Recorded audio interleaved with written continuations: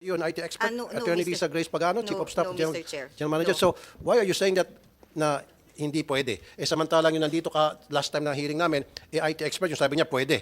So, ngayon binabago mo. Hindi pwede. Ay, maliban na kung magpakita sa akin ng credentials na ikaw ay IT expert. No, Mr. Chair. Then hindi ka pwede magsalita. Maybe, well, of course, the Then hindi ka expert pwede here would magsalita. be the ICT. Exactly. Yes. Sa root access.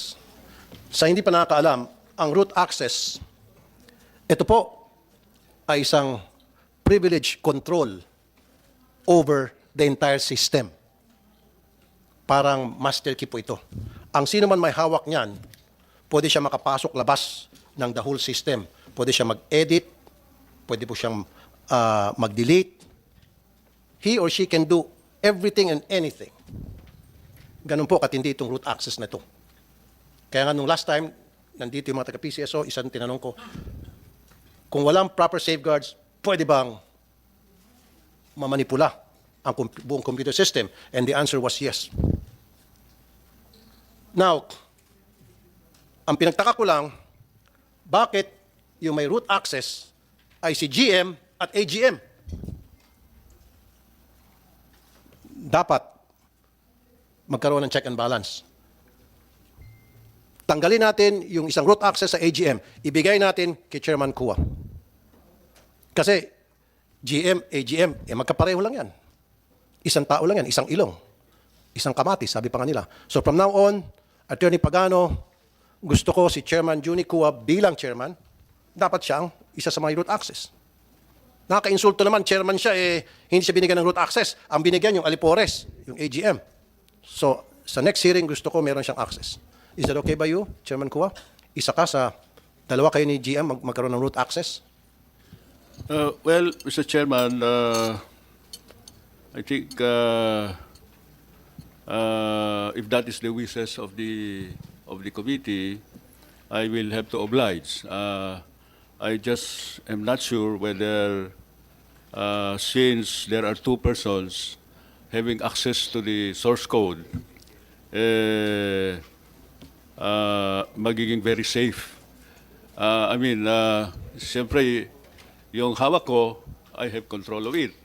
Yung hawak na ibang tao, wala akong control. So, hindi ko lang malaman kung safe ba yun. Na dalawang tao may hawak ng root access. Opo. Para sa'yo, dapat isa lang.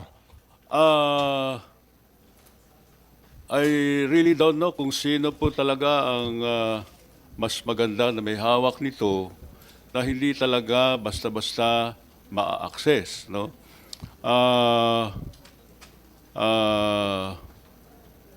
I think makakailangan aralin kung yung mga ibang systems na ginagamit natin sa gobyerno, halimbawa yung source code ng COMELEC, paano ba ang system nila doon para makita natin kung paano na-ensure. Gaya po ng nasabi ko, I am not shying away from this responsibility. But gusto ko lang po na ma-express din yung aking concern na yung possibility kasi dalawang may access eh. Okay, that's why we have to consult na IT expert kung meron tayo dito ngayon or later kung pwede tayong humingi ng opinion from the ICT. Kasi kung dalawa po, may check and balance. Hindi po, kasi kung isa lang, pwede hong gumawa ng kabalastugan tong isa. Opo. Di ba? Now, kung merong isa pa, makikita nitong isa, yung pangalawa, na, pumasok ka sa system, gumawa ka ng pagdidelete, gumawa ka ng pag-edit, meron kang dinagdag, malalaman. Opo. Sa ngayon kasi, Mr. Kua, ang merong access ay si GM at saka AGM. Itong dalawa, magkaisang ilong lang. Opo. At alam ko, pag nilagay kita dyan, may sarili kang mundo, sorry hindi ka kasama sa core group, and I know that for a fact. So, magkakaroon ng check and balance. Pero kung ang sinasabi mo, mas maganda kung isa lang ang may root access. Ang ibig ko sabihin is kung kaya bang pakialaman ng isang tao lamang yung system. Kasi kung kami ay pareho ng hawak at pareho naming pwedeng itamper, yun ang concern ko.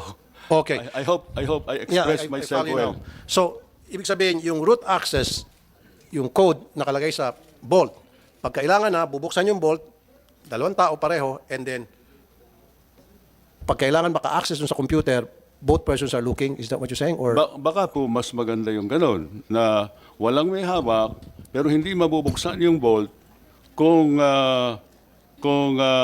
isa lang ang taong may hawak nung pwedeng susi na pambukas ng bolt. okay, ang tanong natin ngayon, paano natin masiguro na yung bolt ay hindi pwedeng buksan ng ibang tao?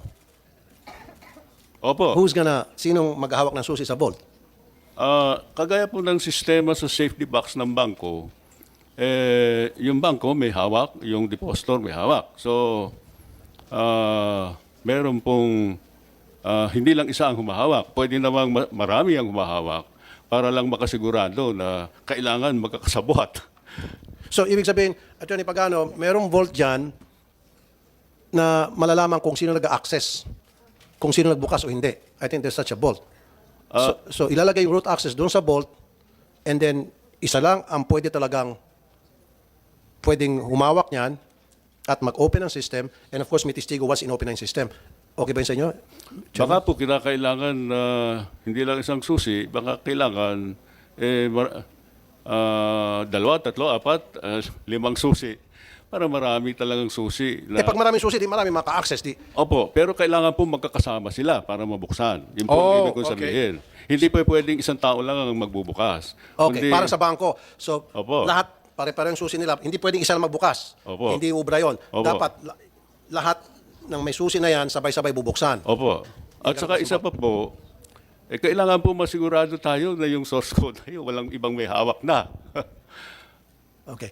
Yun lang ibig kong sabihin. Kasi DICT, CICC siguro. Anong opinion niyo po doon sa pinag-usapan namin? Kayo po ang expert pagdating dyan? Good morning, Mr. Chair. Very simple lang ho yung process natin. No? If you have a source code, normally the government deposits it with BSP. Kasi napakataas na security nila, naka-CCTV 24/7, and the only access is given if you have all the signatories present. So yung suggestion niyo po, dapat yung source code ay i-deposit sa BSP. At kung kinakailangan, hilingin sa BSP at dadalhin sa PCSO. If it's a suggestion that we should look into frequency, when do you need to look into the source code? Pag hindi mo naman kailangan buksan, it's just deposited there. And it is sealed by certain authorized signatories ng PCSO and its audit people. Kasi sealed siya literally in a safe box sa BSP. Attorney Pagano? Thank you, Mr. Chair. I think we should make a distinction between root access and source code, Mr. Chair. The source code under our agreement with the Philippine Lottery System provider, the source code is actually is in a sealed envelope signed by the provider and PCSO, and under the agreement is to be deposited in an escrow account with Land Bank. That is the process, Mr. Chair, which, and we've already submitted all requirements to Land Bank of the Philippines for the establishment of that escrow account where the source code will be deposited. As mentioned by DICT, it is not something that you use every day, Mr. Chair. It's a source code, so that's like the, I cannot give an example. So what's the but difference between the source code and the root access the code? root access, Mr. Chair, is the access of a certain user to the system. Like, for example, to check on how many sales there are for this 642, 649 game. So that access, actually, the highest access is given to GM Robles. And AGM. Yes, and AGM. But just to correct, Mr. Chair, that can, when you have access, it does not mean that you can edit. It's not editable, Mr. Chair. So our apologies for the statement last time, but it is not as if when you have access, it is not a document that you can edit or I that don't you think can so. change. I don't think so. No, You talk to an expert. yes. Are you an IT expert? No, Attorney Mr. Lisa Grace Pagano, Chief of Staff, no, General, Mr. Chair. General Manager. No. So why are you saying that na hindi pwede? Samantalang yung nandito ka last time na hearing namin, IT expert, yung sabi niya pwede. So ngayon binabago mo. Hindi pwede. Maliban lang kung magpakita sa akin ng credentials na ikaw ay IT expert. No, Mr. Chair. Then hindi ka pwede magsalita. Maybe, well, of course, the Hindi ka expert pwede here magsalita. would be the ICT. Exactly. Yes. Hindi. Yung Yes. kasama niyo dito last time, expert yun eh. She declared herself as expert. Okay. Oh, ba't wala siya dito ngayon? Hindi niyo pinapasok. Hindi She niyo was pinapunta. not Oh, invited. She was not invited. yun nga po, ulitin ko, yung root access, pwede mag-delete. Tinanong ko siya eh. Sabi niya, okay, I'll give you an example. Ulitin ko yung example ko na last time. Tumaya si Juan de la Cruz, planted. Tumaya siya sa isang outlet, lotto outlet. Kunya 642. Tinaya niya 1, 2, 3, 4, 5, 6. Nag-register yan sa PCSO. Natayaan na yung numero 1, 2, 3, 4, 5, 6. Then, nagbola. Ang lumabas, 7, 8, 9, 10, 11, 12. You follow me so far?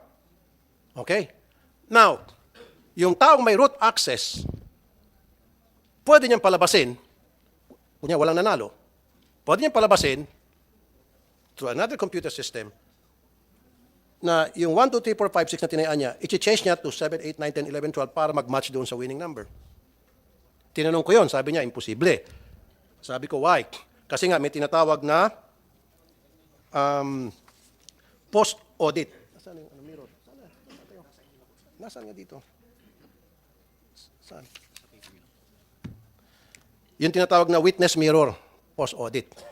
Na agad-agad, malalaman kung may nanalo, wala. Tama? And then tinanong ko, sino ang present doon sa tinatawag na witness mirror post-audit. Ang nandoon, kayo-kayo lang. Na PCS, of course, meron taga-commission on audit. Diba? Now, tinanong ko, kung gugustuhin, pwedeng manipulahin. Ang sagot niya, yes. Kaya sabi ko, I rest my case. Kaya nagsuggest ako, bukod doon sa mga taga-PCSO at saka Commission on Audit, maglagay tayo ng third-party witness. It's either from academe, from media, from NGO, from civil society. At nag-agree kayo. Yun eh.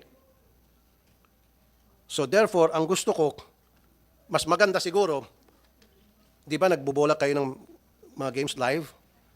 Dapat sa isang screen, agad-agad, in matter of seconds, pagkatapos ng bola, sasabihin ko may nanalo, wala. Pwede ba yon? Gawin natin public? Agad-agad? Probably 3, sir. Gaano kabilis? How fast?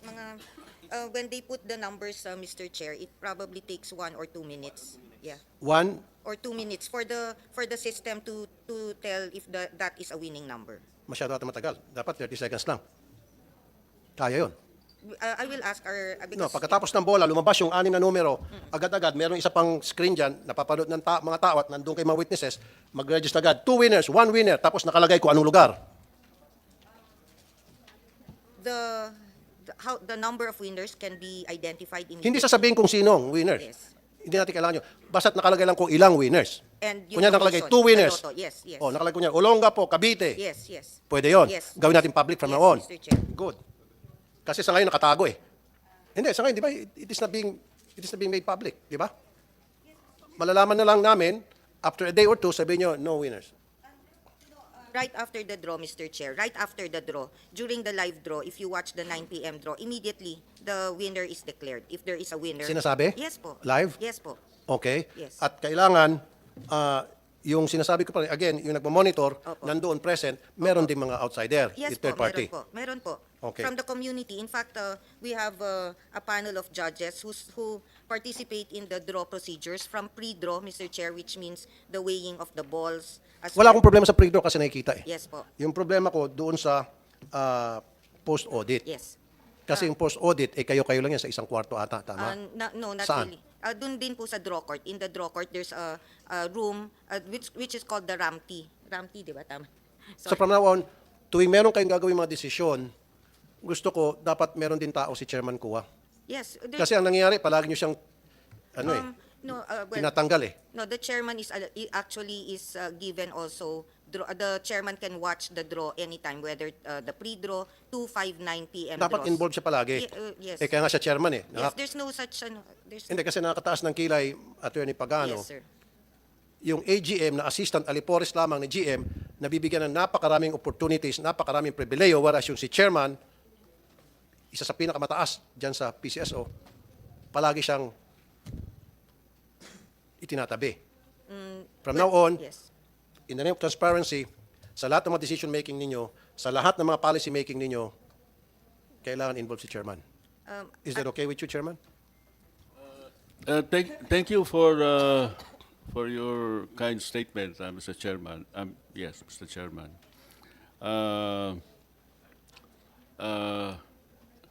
The way things work in our organization is that operational matters are within the ambit of GM. the mandate of the GM. And policy matters are the ones elevated to the board. And so that is the time that I get involved in this decision-making process. Doon po sa operational matters, medyo mahirap pong makialam sa operational matters. Yung, Hindi ko sinasabi makialam po kay Chairman. Ang sinasabi Opo. ko, dapat you are informed. Yes, Alam niyo yes. po yung mga nangyari within the yes. organization. yes, Kumbaga, they should have the courtesy to let you know. tama po. Ito po yung ginagawa ng PCSO, ito po yung operations natin, ito na po yung direction natin. As chairman, you should be informed. Yes. I thank you for that, Mr. Chairman. It would be best if my office is informed of what's happening. Okay. Thank you so much for that. Attorney Pagano, okay tayo dyan? Good. Then let's